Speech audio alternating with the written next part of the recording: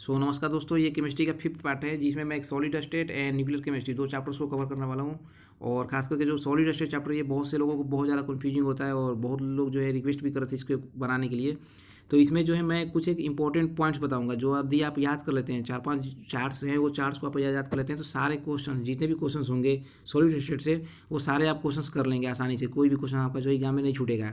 और साथ ही साथ मैं इस वीडियो में भी जो टोटल 22 क्वेश्चंस दिया हूँ, वो सारे क्वेश्चंस को भी यदि आप कर लेते हैं सारे क्वेश्चंस हो जाएंगे। अभी आप यदि आप पूरे वीडियो को देखेंगे सही से तो वो सारे क्वेश्चंस को आप कर लेंगे। तो कोशिश करिएगा वो सारे क्वेश्चंस को करके आप जो है कमेंट में आंसर दीजिएगा, जिससे कि आपका जो सॉलिड स्टेट और न्यूक्लियर केमिस्ट्री के कोई भी क्वेश्चन एग्जाम में छूटे नहीं।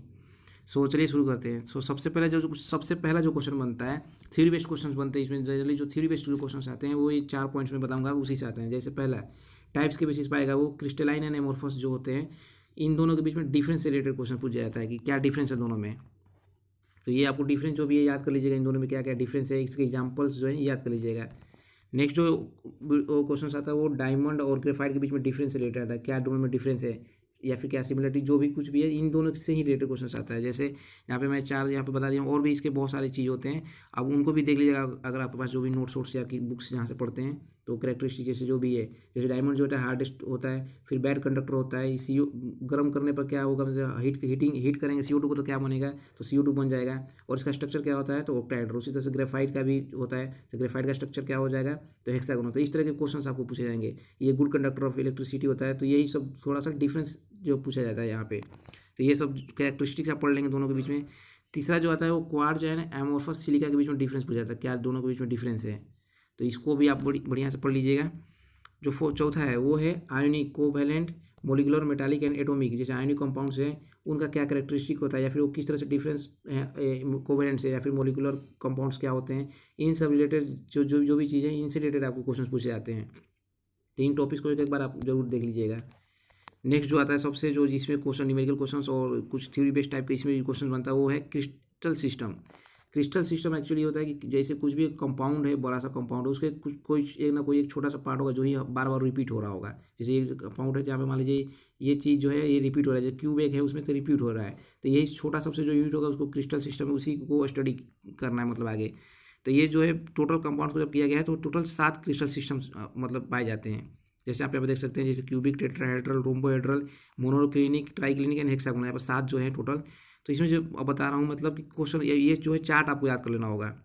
ये जो आपको चार्ट दिख रहा है यहाँ पे, ये जो भी चार्ट यहाँ पे जो है, जैसे नेम ऑफ सिस्टम्स क्या है, जैसे क्यूबिक है तो उसके अंदर एक्सेस जो है क्या क्या होते हैं। जैसे क्यूबिक अगर एग्जाम में दे दिया तो आपको जो क्वेश्चन पूछा जाता है, जैसे नॉर्मली पूछा जाएगा कि कोई एक क्रिस्टल सिस्टम है जिसमें A = B = C दिया हुआ है, और एंगल मान लीजिए दिया हुआ है कि अल्फा = बीटा = गामा = 90 डिग्री। तो कौन सा सिस्टम है, तो वहाँ पे आपको जो है ऑप्शन 4 दिया रहेगा, जैसे क्यूबिक, टेट्राहेड्रल। तो आपको चूज करना होगा कि क्यूबिक हो जाएगा।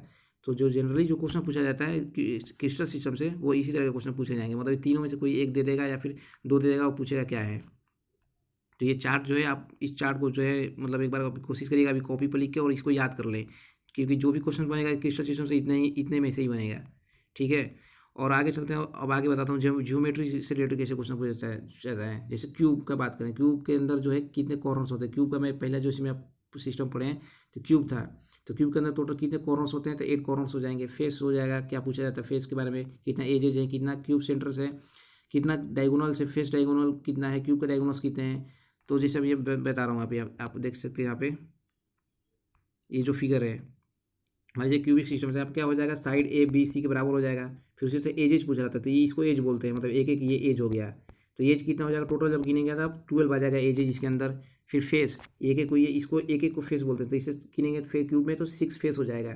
फिर उसी तरह से डायगोनल, तो ये डायगोनल फेस डायगोनल जो होता था वो देखिए आपको 12 होता है, तो ये हो जाएगा। उसी तरह से अब जो डायगोनल एक यहाँ से यहाँ ज्वाइन करते हैं, यहाँ से यहाँ ज्वाइन करते हैं, तो इस तरह के डायगोनल के बारे में पूछेगा। फेस डायगोनल, फिर सेंटर, फिर फेस सेंटर कितने होंगे, तो फेस सेंटर भी आपको पता होगा कि ये हर एक फेस का एक एक सेंटर होता जाएगा। तो इस तरह से मतलब फेस सेंटर से जो पूछा जाएगा। तो अब जो है मतलब एक बार इसको प्रैक्टिस कर लीजिएगा, या फिर 2-3 बार जो फिगर बना के आप इस तरह से करेंगे तो ये सारा जो डाटा आपको याद हो जाएगा। नेक्स्ट जो क्वेश्चन पूछा जाता है वो कंट्रीब्यूशन से रिलेटेड। जैसे कि एक क्यूब बनाए हम, जैसे एक कंपाउंड था, इसके अंदर मैं बोला कि छोटा सबसे यूनिट जो था क्यूब था, लेकिन ये क्यूब इस तरह से जुड़े होंगे तो ये एक ही एटम जो है ये इसमें भी कंट्रीब्यूशन कर रहा है और ये दोनों में कंट्रीब्यूशन कर रहा है, आप देख रहे हैं।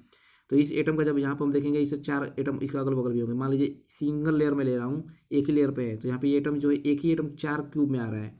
तो इसका कंट्रीब्यूशन एक क्यूब में कितना आएगा, तो 1/4 हो जाएगा।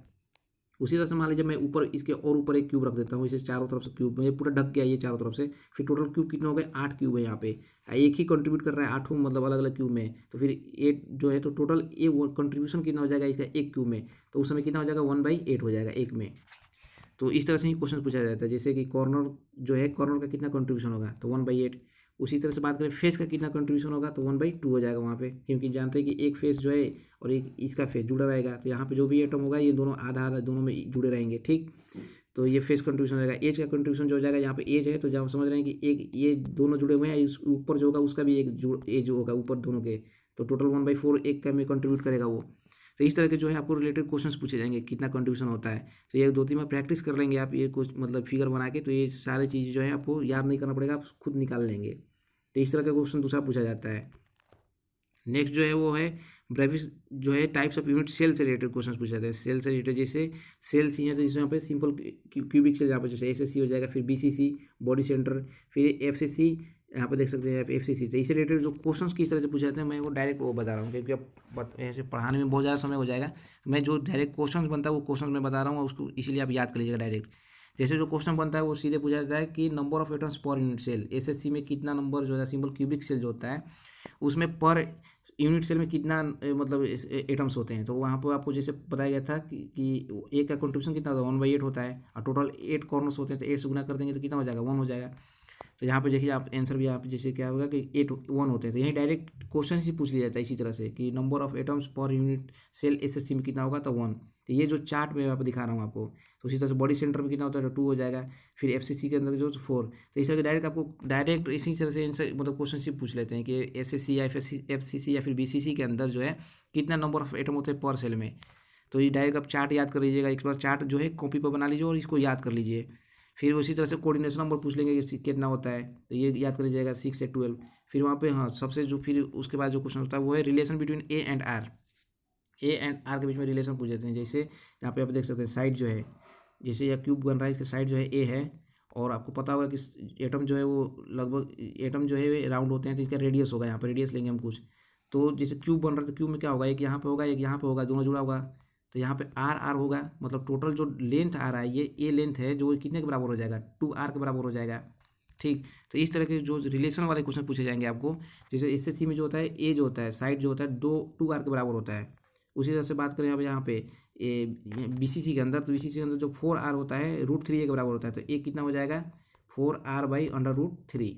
ये सब के रिलेशंस के टाइप के डायरेक्ट आपको डायरेक्ट पूछ देते हैं, रिलेशन भी पूछ देते हैं डायरेक्ट। तो रिलेशन आपको कोशिश करिएगा याद हो, क्योंकि रिलेशन याद होगा तो फिर नेक्स्ट जो भी कुछ भी पूछे जाएंगे, जैसे वॉल्यूम पूछा जाता है, तो वॉल्यूम भी अगर आप रेडियस निकाल सकते हैं मतलब अगर लेंथ निकाल सकते हैं तो लेंथ से आप वॉल्यूम भी निकाल लेंगे, ए का क्यूब कर देंगे तो एसएससी में निकल जाएगा।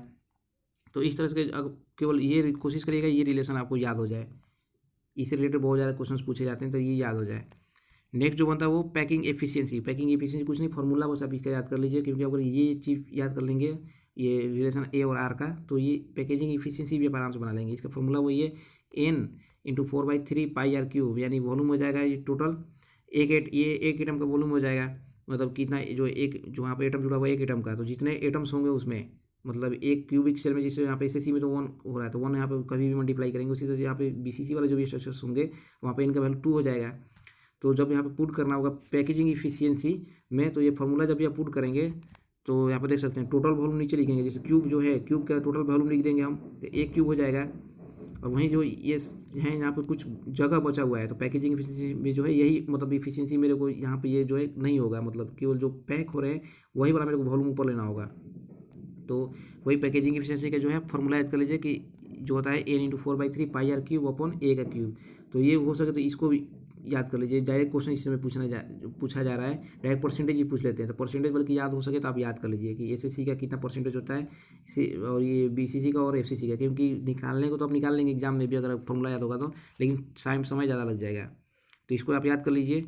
और मैं अभी आपको यहाँ पे कैलकुलेट करके भी बता दिया हूँ कि पैकेजिंग एफिशिएंसी किस तरह से निकालते हैं। जैसे पैकेजिंग एफिशिएंसी यहाँ पर देख रहे हैं, एसएससी का निकालना होगा तो किस तरह से मैं आगे बताया हूँ कि 4/3 पाई आर क्यूब, ये तो हो गया। एन यहाँ पे क्या लेना था, वही कि पर यूनिट सेल में कितना एटम्स होता है, जैसे बताया था वहाँ पे 1, 2 और 4 जो आया था वहाँ पे। तो ये एसएससी में कितना था, 1 था वहाँ पे। बस एन की जगह पे आपको 1 पुट कर देना है और बाकी जो है ये पुट कर दीजिए। जैसे 4/3 पाई आर क्यूब, और ए की जगह पे मालूम है कि ए और रिलेशन था आर का था कि ए इज इक्वल टू जो था 2 आर के बराबर था। तो ए की जगह पे मैं 2 आर पुट कर देंगे तो टोटल 8 आर क्यूब हो जाएगा। जब यहाँ पे जब सॉल्व करेंगे तो पाई/6 आ जाएगा।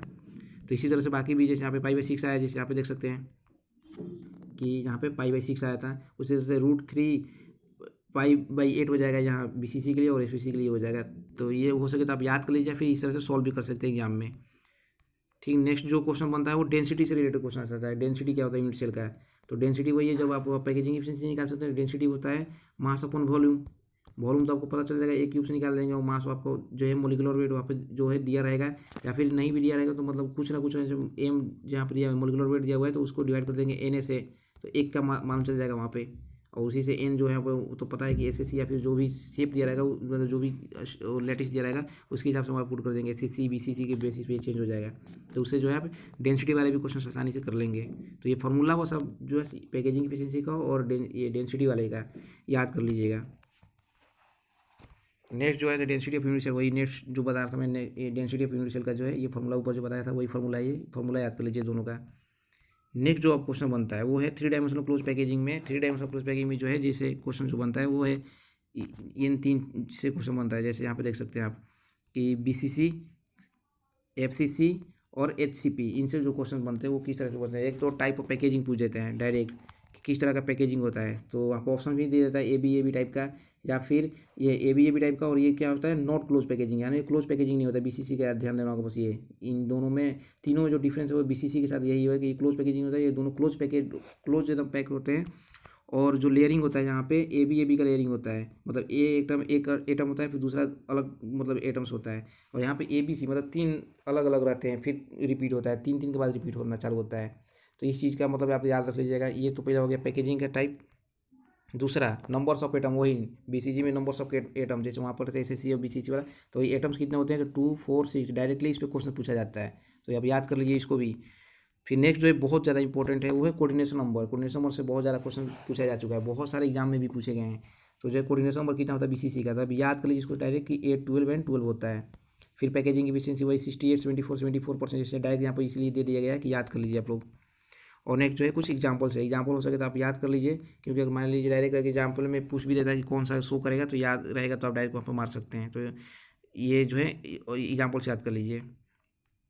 नेक्स्ट जो है वही वॉइड्स के बारे में पूछा जाता है कि कितने वॉइड्स होते हैं। वॉइड्स मतलब वही खाली जो स्पेस होता है। तो टेट्राहेड्रल वॉइड्स जो होते हैं दुगुना होता है, और ये पर एटम्स में जो है 2 टेट्राहेड्रल वॉइड्स होते हैं, या फिर 1 एक ऑक्टाहेड्रल वॉइड्स होता है।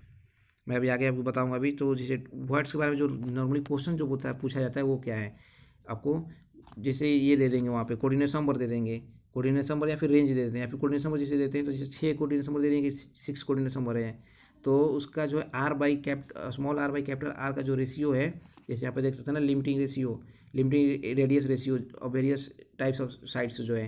तो इसी डायरेक्ट इसे आपको क्वेश्चन पूछा जाता है कि लिमिटिंग रेडियस जो यहाँ पर दे देंगे, और small r by capital R का जो रेंज है, ये रेंज जनरली जो पूछा था 6 वाले पे अभी तक बहुत ज़्यादा क्वेश्चन पूछा है, इसलिए मैं हाईलाइट कर रहा हूँ यहाँ पे कि जो रेंज आपको दे देंगे कि 0.414 से 0.732 तक अगर रेंज है तो उसका कोऑर्डिनेशन नंबर क्या होगा, डायरेक्ट आपको क्वेश्चन पूछ देंगे ऐसे।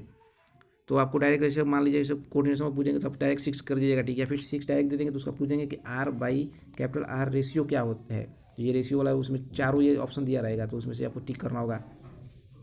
या फिर एग्जाम्पल डायरेक्ट पूछ देते हैं तो उसका NaCl और MgO2 जो है जाए एग्जाम्पल हो जाएगा। तो इस तरह के क्वेश्चन जो आएंगे इसके लिए भी आपको ये जो चार्ट बल्कि हो सके तो याद कर लीजिए, ये चार्ट से ही क्वेश्चन पूछा जाएगा, जहाँ पे ये उसी तरह को उसी चीज़ को यहाँ पे सॉल्व करके दिखाया गया नीचे। तो ये सॉल्व आप हो सके तो कर लीजिएगा, नहीं तो नहीं भी हो तो बस इस चीज़ को चार्ट को याद कर लीजिए, वहाँ पे देख सकते हैं। अब नेक्स्ट चलते हैं, जो नेक्स्ट है टाइप्स ऑफ आयनिक क्रिस्टल, इससे रिलेटेड जो क्वेश्चन किस तरह से पूछा जाता है, तो ये याद करना पड़ेगा आपको टाइप्स ऑफ आयनिक क्रिस्टल से रिलेटेड। जैसे आप यहाँ जो है डायरेक्ट क्वेश्चन ही पूछ जाता है कि NaCl जो क्रिस्टल है वो जो शो करता है उसका एग्जाम्पल पूछ जाएगा कि NaCl द्वारा और कौन कौन शो करता है, डायरेक्ट वहाँ पर दे दिया जाता है। मैं भी आगे बताऊंगा। जैसे कैल्शियम फ्लोराइड से पूछ जाता है कि कैल्शियम फ्लोराइड की तरह और कौन सा जो है आयन क्रिस्टल है जो शो करेगा इसी की तरह स्ट्रक्चर, तो इसमें आपको याद करना होगा, इस तरह से कोई ऑप्शन एक दे देते हैं। तो हो सके तो इसे NaCl का पहले आप याद कर लीजिए इसके अंदर, और या फिर NaCl है, NaCl CaF2 कैल्शियम क्लोराइड के बारे में बहुत ज़्यादा पूछता है, या फिर Na2O का, इसके बारे में बहुत ज़्यादा पूछा जाता है, फिर सीजियम क्लोराइड के बारे में पूछा जाता है। तो हो सके तो ये पाँचों छः जो हैं, छः को हो सके तो आप याद कर लीजिए उनके बीच में, और इनके बीच में जो रेशियो है ये रेशियो याद कर लीजिए, 1:1 रेशियो में रहते हैं, 1:1 रेशियो में रहते हैं। दूसरा जो इनसे जो क्वेश्चन पूछा जाता है वो है कोऑर्डिनेशन नंबर के बारे में पूछा जाएगा कि कोऑर्डिनेशन नंबर क्या है, NaCl के जो बंद आयनिक कंपाउंड है उसके बीच में जो कोऑर्डिनेशन नंबर क्या है, तो 6:6, ये हो गया पहला। मैं इस पर आगे क्वेश्चन दिया हूँ, आप जब करेंगे तो आपको सब पता चलेगा किस तरह का क्वेश्चन आता है। ये हो गया। दूसरा सीजियम क्लोराइड, सीजियम क्लोराइड के बीच में जो है कोऑर्डिनेशन नंबर क्या है, तो 8:8 का होता है। तो ये आप याद कर लीजिए इस चार्ट को भी, ठीक। तीसरा जो क्वेश्चन इसमें बनता है ये बनता है इसके number of formula per unit CC जो है यहाँ पे, ये इससे रिलेटेड क्वेश्चन पूछा जाता है। NaCl में जो है क्वेश्चन पिछले बार पूछा भी जा चुका है, 2-3 बार पूछा जा चुका है कई सारे एग्जाम में, कि NaCl में जो होता है टोटल कितने नंबर्स होते हैं, तो वो 4 हो जाएंगे, ठीक। उसी तरह से सीजियम क्लोराइड में जो है 1 हो जाएंगे। तो ये आप NaCl का खास करके याद कर लीजिए क्योंकि बहुत ज़्यादा एग्जाम में पूछा जा चुका है। और लास्ट जो है इसका एग्जाम्पल NaCl सीजियम क्लोराइड का और CaF2 का जरूर याद करें। फ्लोराइड टाइप का जरूर याद करें, डायरेक्ट वहाँ पर फ्लोराइड टाइप भी लिख देते हैं, तो उसका जो एग्जाम्पल BaCl2 या फिर इसमें से कोई पूछ देगा, उसमें ऑप्शन दिया रहेगा, तो उस ऑप्शन में से आपको चूज करना होगा। तो ये याद कर लीजिएगा जरूर। तो ये चार्ट को हो सके तो आप इस चार्ट को भी बना लीजिए और कॉपी पे, और एक बार रिवीजन जरूर एग्जाम से पहले कर लीजिए। और जो लास्ट जो है क्वेश्चन पूछा जाता है जिससे वो है डिफेक्ट्स से रिलेटेड क्वेश्चन पूछे जाते हैं इसके अंदर। सो डिफेक्ट्स में भी जो बेसिकली जो क्वेश्चन पूछा जाता है वो है 2 प्रकार का डिफेक्ट्स यहाँ पे जो मेन पूछा जाता है। एक तो जो स्टैच्योमेट्रिक होता है, एक नॉन स्टैच्योमेट्रिक होता है। तो स्टैच्योमेट्रिक के मतलब कि उनका जो है वो फार्मूला चेंज नहीं होगा, फार्मूला जो है मतलब प्लस माइनस जो चार्जेज है, चार्जेज चेंज नहीं होंगे, बस उसके अंदर से कुछ भी वो एटम उटम इधर उधर हो सकते हैं, या फिर प्लस या माइनस चार्ज जो है वो बराबर अमाउंट वाला हो जाता है। तो वो स्टैच्योमेट्रिक मतलब उसका चेंज नहीं होता है केमिकल फार्मूला। तो वो फिर फर्दर 2 प्रकार के डिवाइड होते हैं, वो होते हैं जो शॉर्टके एंड फ्रैंकेल डिफेक्ट्स होता है, और जिसमें फार्मूला चेंज हो जाता है वो है एफ सेंटर जो होता है। तो ये इन दोनों के बीच में जो क्वेश्चन है किस तरह के पूछा जाते हैं ये बता रहा हूँ। शॉर्टके डिफेक्ट जो है ये इसके अंदर जो है यहाँ पे क्या होता है कि जो ये आयंस हटते हैं इन दोनों में से, जो मिसिंग वजह से यहाँ पे डिफेक्ट्स बताया जा रहा है। तो जो आयंस हटते हैं वहाँ पे साफ साफ चीज़ बताया जा रहा है कि कैटायंस और एनायंस का जो नंबर है वो बराबर अमाउंट बढ़ता है। जैसे कोई यहाँ पे जैसे कंपाउंड मतलब मान लीजिए NaCl है कुछ भी है, तो Na+ है और Cl- है, तो टोटल जो बनेगा वो कंपाउंड का बनेगा, NaCl बनेगा। और ये मान लीजिए एक Na हम निकाल देते हैं इसमें से, तो टोटल ओवरऑल चार्ज क्या आ जाएगा, इसमें माइनस आ जाएगा क्योंकि Cl- एक ज़्यादा हो जाएगा यहाँ पे, क्योंकि नॉर्मली क्या किए हुए थे ये 0 किए हुए हैं चार्ज को। तो अब यहाँ पे क्या होता है कि Na जितना निकलेगा उतना ही Cl भी निकल जाएगा, मतलब जितना प्लस चार्ज निकल रहा है उतना ही माइनस निकल रहा है। तो कभी भी इस तरह के डिफेक्ट्स होगा तो आप जो है चार्ज के बेसिस पर नहीं बता पाएंगे उसमें डिफेक्ट्स आया है, क्योंकि हमेशा कैटायन और एनायन बराबर अमाउंट में निकलेंगे, तो यहाँ पे चार्ज में कोई डिफरेंस नहीं होगा। तो इसी से रिलेटेड क्वेश्चन एक तो ये डायरेक्ट पूछ लिया जाएगा कि कैटायन एनायन जो है बराबर नंबर में निकलते हैं कि नहीं, ठीक। दूसरा जो इसमें क्वेश्चन सबसे ज़्यादा पूछा जाएगा, ये तो पहला बता था, जो इंपॉर्टेंट सबसे जो पूछा था वो ये है कि उसके डेंसिटी पे क्या फ़र्क पड़ेगा। डेंसिटी वो जो है कम हो जाएगा, क्योंकि आप पता होगा कि डेंसिटी जो मास अपन वॉल्यूम होता है, तो वॉल्यूम तो अभी कोई चेंज होने वाला नहीं है मेटल का, क्योंकि उसके बीच में से कुछ भी 2 आयन निकल रहे हैं, तो लेकिन मास जरूर उसका कम हो जाएगा। तो मास अपन वॉल्यूम जो भी होता है, वॉल्यूम सेम रहेगा, मास कम होगा तो डेंसिटी भी क्या हो जाएगा, कम हो जाएगा, डायरेक्टली प्रोपोर्शनल है, तो डेंसिटी कम हो जाएगा। फिर बोल रहा है कि कोऑर्डिनेशन नंबर पे क्या फ़र्क पड़ेगा, तो कुछ भी फर्क नहीं, कोऑर्डिनेशन नंबर जो है वो अब हाई हो जाएगा, क्योंकि जो है कोऑर्डिनेशन नंबर पहले जो था कनेक्ट करने का जहाँ से स्पेस हटे तो वहाँ पर जुड़ने का नया हो सकता है। फिर LLR जो है वो भी हाई हो जाएगा, इलेक्ट्रिकली न्यूट्रल, हाँ ये इलेक्ट्रिकली हमेशा न्यूट्रल रहेंगे, क्योंकि अभी भी जो प्लस चार्ज जितना निकल रहा था उतना ही माइनस निकल रहा था, तो ये हो जाएगा। और इसका एग्जाम्पल पूछ जाता है, एग्जाम्पल जो है हो सके तो ये चारों एग्जाम्पल जरूर याद कर लीजिए, इन्हीं में से जनरली रिलीज किया वो मतलब जो है ऑप्शंस बनाए जाते हैं। दूसरा जो था फ्रैंकेल डिफेक्ट्स भी क्या है कि इसमें भी जो है this type of defect is created when ions leaves it's appropriate side. यहाँ पे क्या है कि बाहर नहीं निकलते हैं, ये जो है जैसे ये हैं एटम्स भरे हुए हैं ढेर बहुत सारे, इसके बीच में जो वॉइड्स होते हैं, आपको पता होगा खाली स्पेस होते हैं जो के इसी में चले जाएंगे, कहीं से यहाँ से हट के ये शिफ्ट हो जाएगा, यहाँ पे यहाँ से आके शिफ्ट हो जाएंगे। तो ओवरऑल तो अभी भी क्या होगा, यहाँ पे चार्ज वही रहेगा, क्योंकि कहीं बाहर से एटम जहाँ से नहीं, बस अपने स्पेस से हट के ये वॉइड्स जहाँ खाली जगह होता है वहाँ पे चले जाते हैं। तो अब इसमें क्या क्या चीज़ें पूछा जाएगा, डेंसिटी क्या होता है, चेंज नहीं होगा, क्योंकि कोई भी चीज़ बाहर तो गया नहीं, तो मास कोई चेंज हुआ नहीं। कोऑर्डिनेशन नंबर यहाँ पे कम हो जाएगा, क्योंकि जो और भी जैसे वॉइड्स जो होते थे वॉइड्स भी भर गया, तो अब दूसरे से जुड़ने का जो जगह था वो भी खत्म हो गया। LLR भी यहाँ पर लो हो जाएगा। इलेक्ट्रिकली न्यूट्रल ये भी रहते हैं, दोनों ही न्यूट्रल रहते हैं। और इसका एग्जाम्पल याद कर लीजिएगा, नेक्स्ट जो है ये कंपाउंड है, कंपाउंड में have excess metal ions if an ion negative charge is absent from its appropriate lattice. वही बोल रहा है कि कंपाउंड जो है एक्सेस मेटल आयन में जनरली देखा जाता है कि एनायंस हो सकता है, जैसे नेगेटिव चार्ज बोल रहा है कि एब्सेंट हो जाए तो क्रिएटिंग वॉइड, जैसे कुछ भी है यहाँ से एक आयन हटा दी तो क्या हो जाएगा, यहाँ पर क्रिएट खाली जगह हो जाएगा। तो यही बोल रहा है कि वॉइड जो है वो वॉइड क्रिएट हो जाएगा वहाँ पे appropriate lattice side creating void which is occupied by electron. यहाँ पे हो सकता है कि इलेक्ट्रॉन से ये मतलब भर जाए। तो यही यहाँ पे बता रहा है कि एफ सेंटर वाले जो एटम है, जनरली जो क्वेश्चन पूछा जाता है ये इन दोनों से ही पूछा जाता है, तो इसी दोनों को याद रखिएगा। और इसका एग्जांपल जो है NaCl जो है उस समय क्या शो करने लगेगा, येलो कलर शो करने लगेगा, और KCl जो है वाइट कलर शो करने लगेगा। तो बस ये दोनों याद करिए, वैसे इसके अंदर कलर कैसा शो करने लगेगा, एफ सेंटर जो होते हैं अगर डिफेक्ट्स आता है तो कैसा कलर शो होगा, कलर में याद कर लीजिएगा। और इन दोनों में जो है ये याद करिएगा डेंसिटी पे क्या फ़र्क पड़ेगा, और इलेक्ट्रिकली क्या है ये, और कोऑर्डिनेशन पर क्या फ़र्क पड़ेगा। तो ये इससे सारा जितने भी डिफेक्ट्स वाले क्वेश्चन हैं वो सारे आप कर लेंगे। तो ये बस इतना ही आप जो है इतना आप कर लेते हैं तो सारे सॉलिड स्टेट के आपके जो है क्वेश्चन सॉल्व हो जाएंगे। अभी जैसे मैं आपके देख सकते हैं यहाँ पे क्वेश्चन में दिया हूँ, और उससे पहले उसके कुछ इंपॉर्टेंट पॉइंट्स जैसे यहाँ पे इंपॉर्टेंट पॉइंट जो है यहाँ पे मैं बता मतलब यहाँ पे लिख दिया हूँ, आप वीडियो को थोड़ा सा रोक के आप देख लीजिएगा। जैसे यहाँ पे जो एक तो इंपॉर्टेंट जैसे नंबर ऑफ टेट्राहेड्रल वॉइड जो होता है वो दुगना होता है नंबर ऑफ एटम्स, और ये दुगना होता है किसके, नंबर ऑफ ओक्टाहेड्रल वॉइड्स के। जैसे जितना BCC SAC जो होते हैं उसमें जितने एटम्स होते हैं उसके दुगना होगा, और ये फिर दुगना होता है ओक्टाहेड्रल वॉइड्स के। अगर कहीं ओक्टाहेड्रल वॉइड्स दे दिया तो नंबर ऑफ टेट्राहेड्रल वॉइड्स उसके अंदर निकाल सकते हैं आप, दुगना 2 से मल्टीप्लाई करके। इसे और भी ये जो इंपॉर्टेंट पॉइंट्स है ये पॉइंट्स को आप याद कर लीजिएगा। नेक्स्ट जो है इसके और भी जो क्वेश्चन पूछा था, एक तो प्रॉपर्टीज ऑफ सॉलिड से पूछा था, क्या क्या प्रॉपर्टीज होते हैं सॉलिड के, तो ये भी हो सके तो आप देख लीजिएगा। अब यहाँ पे जैसे मैं क्वेश्चंस बता रहा था, ये सब जो है क्वेश्चंस मैं यहाँ पे दे दिया हूँ, सारे क्वेश्चंस को जो है आप करके और कमेंट में आप इसका आंसर जरूर लिखिएगा। और इस तरह से जो टोटल क्वेश्चंस हैं सॉलिड स्टेट पे जो है टोटल 14 क्वेश्चन दिया गया है। तो ये सारे क्वेश्चंस को आप जरूर एक बार सॉल्व कर लीजिए, ताकि आपका सारा जो भी है ये क्वेश्चंस आप अगर कर लेते हैं तो सारा जिस तरह के भी क्वेश्चंस आपको पूछा जाएगा एग्जाम में सारे क्वेश्चंस कर लेंगे आराम से। नेक्स्ट चलते हैं न्यूक्लियर केमिस्ट्री के अंदर। तो न्यूक्लियर केमिस्ट्री के अंदर ज़्यादा क्वेश्चन मतलब हार्ड नहीं आता है, क्योंकि ये फिजिक्स में ही पढ़ना होता है। तो जनरली जो केमिस्ट्री पार्ट में जो क्वेश्चन आता है वो बहुत सिंपल क्वेश्चन आता है। जैसे पहला तो हो गया rate of radioactive decaying question पूछ जाएगा, वो जो होता है फॉर्मूला -dN/dt = n लैम्डा, या तो फॉर्मूला ही डायरेक्ट दे देगा, ये डायरेक्ट बहुत बार दे दिया गया है, या फिर ये फॉर्मूला दे देते हैं, या फिर ये कोई फॉर्मूला, ये सब अलग अलग फॉर्मूले हैं। इसको आप हो सके तो याद कर लीजिएगा, हो सकता है याद भी हो तो एक बार देख जरूर लीजिएगा। और जो बेसिकली ये वाला जो फॉर्मूला इसको जरूर देख लीजिएगा। दूसरा जो क्वेश्चन होता है वो इसमें हाफ लाइफ से बनता है, हाफ लाइफ पीरियड से बनता है, पिछले साल भी आया है और भी बहुत बार कुछ क्वेश्चन जो है पूछ चुका है। तो हो सकता है फिर से रिपीट हो जाए, तो आप जो है फॉर्मूला याद लीजिएगा, जैसे T12 = 0.693 अपन लैम्डा डायरेक्ट पुट कर देंगे तो भी आंसर आ जाएगा। फिर दूसरा जो इसी में क्वेश्चन हाफ लाइफ में ही जो क्वेश्चन होता है वो है कि amount of radio active substance left after n half life, n half life के बाद जो है कितना, जैसे मान लीजिए पहले बताया जाएगा कि n एटम्स थे वहाँ पे, n नॉट जो थे शुरू में थे, तो पूछेगा कि n हाफ लाइफ टाइम के बाद, जैसे 5 हाफ, जैसे आधा मतलब जैसे मान लीजिए किसी जगह पे 5 दिन में उसका दिया जा रहा है 5 डेज जो है हाफ लाइफ है, तो 5 डेज मतलब 25 डेज के बाद जो है कितना वो बचेगा, बचने के बारे में डायरेक्ट पूछ जाता है। उसका जो है डायरेक्ट बचने वाला जो भी क्वेश्चन पूछा जाएगा तो डायरेक्ट ये फॉर्मूला लगा देंगे तो आ जाएगा आंसर आपका। तो ये हो गया। तीसरा जो है average life period, average life period से भी क्वेश्चन पूछे जा सकते हैं, क्योंकि इसमें दूसरे एग्जाम में बहुत ज़्यादा पूछे जा चुका है, तो हो सकता है बीच में भी रिपीट कर दिया जाए। तो एवरेज लाइफ पीरियड का जो है फॉर्मूला आप डायरेक्ट याद कर लीजिए, sum of life of the nuclei upon total number of nuclei, तो इसे आप डायरेक्ट निकाल लेंगे एवरेज। अब जो है इसका एप्लीकेशन से रिलेटेड क्वेश्चन पूछा जाता है, एप्लीकेशन क्या क्या हैं, जैसे तो इसका पहला एप्लीकेशन जो है वही एज डिटर्मिनेशन में आपको हो जाएगा। दूसरा जो है डायग्नोसिस ऑफ डिजीजेज, इसमें जो है क्वेश्चन पूछे जाते हैं बहुत, तो जो है ट्यूमर से रिलेटेड पूछा जाएगा तो वहाँ पर आर्सेनिक 74 याद कर लीजिएगा।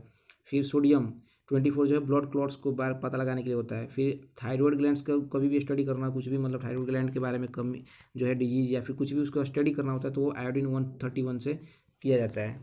उसी तरह से एग्रीकल्चर से भी रिलेटेड क्वेश्चन हो सकता है पूछे, क्योंकि एग्रीकल्चर का ही एग्जाम है तो हो सकता है पूछ दिया जाता है। इसमें जो जनरली क्वेश्चन पूछा जाता है कि वो फोटोसिंथेसिस में जो है काइनेटिक जो फोटोसिंथेसिस में होता है वो कौन सा कार्बन यूज किया जाता है, तो C14 कार्बन यूज किया जाता है फोटोसिंथेसिस के अलग अलग प्रोसेसेस को स्टडी करने के लिए। नेक्स्ट जो है कि कैंसर सेल को ट्रीटमेंट करने के लिए या फिर उसको बर्न करने के लिए क्या यूज़ किया जाता है, तो कोबाल्ट 60 यूज़ किया जाता है। इससे क्वेश्चन बहुत एग्जाम में पूछा गया, इवन BH में भी पूछा गया है, तो इस चीज़ को आप याद कर लीजिएगा। फिर गामा रेज से रिलेटेड पूछा जाता है कि गामा रेज से क्या किया जाता है, तो disinfecting fruit grains and preserving food stops, मतलब भोजन जो पैकेट वाला जो भी खाना जो होता है पैक किया जाता है उस समय इस गामा रेज का यूज किया जाता है, जिससे कि जो भी कीटाणु उसको मार दिया जाए या फिर उसको डिसइंफेक्ट किया जाए। तो ये जो है कुछ है, मतलब इसके एप्लीकेशन से हो सकता है एप्लीकेशन से रिलेटेड क्वेश्चन पूछा जाए, क्योंकि इसमें पूछा भी जा चुका है कोबाल्ट वाला, तो पूछा आगे भी पूछ दिया जाए।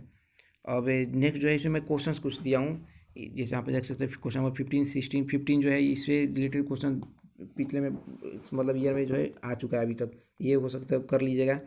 नेक्स्ट जो है 16 नंबर क्वेश्चन जो है यहाँ पे देख रहे हैं कि हेवीएस्ट मेटल कौन सा है, इससे बहुत ज़्यादा एग्जाम में पूछा गया है, तो ये भी हो सकता है रिपीट हो जाए। फिर जो है अल्फ़ा पार्टिकल्स डिटेक्ट किससे डिटेक्ट किया जाता है, तो ये जो है रदरफोर्ड वाला एक्सपेरिमेंट जो था उसमें जो है पूछा जाता है बहुत बार। ये 4 ऑप्शन जो है ये जो है याद कर लीजिएगा, मैं स्ट्रक्चर व पेटम वाले में भी बताया था।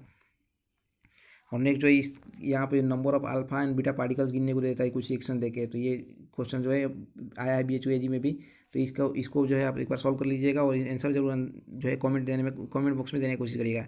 फिर ये है हाफ लाइफ से रिलेटेड क्वेश्चंस यहाँ पे देख सकते हैं। और बाकी जो है ये सब नॉर्मल जो है थ्योरी बेस्ड टाइप के क्वेश्चन पूछे जाते हैं। यहाँ पे जो है एक तरह से आपसे वो न्यूक्लियस से रिलेटेड क्वेश्चन पूछा जाएगा, आपको कॉन्सेप्ट चेक किया जाता है कि आपको मालूम है कि नहीं। और यहाँ पे देख सकते हैं फिर लास्ट जो है half life average life period से भी क्वेश्चन पूछा गया है। तो इस तरह के टोटल जो है 22 क्वेश्चन यहाँ पे हो गए इस चैप्टर में दोनों में। सो ये आप पूरे वीडियो को सही से देखे होंगे तो ये सारे के सारे क्वेश्चन आप जो है आसानी से कर लेंगे सॉल्व। और ये क्वेश्चन आप कर लेते हैं तो BHUAG में कोई भी क्वेश्चन जो है इन दोनों टॉपिक से आपका कोई भी क्वेश्चन जो है छूटने वाला नहीं है, गलत होने का चांस ही नहीं है। तो आप अच्छे से जो है दोनों चैप्टर्स को अच्छे से पढ़ लें और सारे क्वेश्चंस को करके कमेंट में जो है अपने आंसर जरूर दें।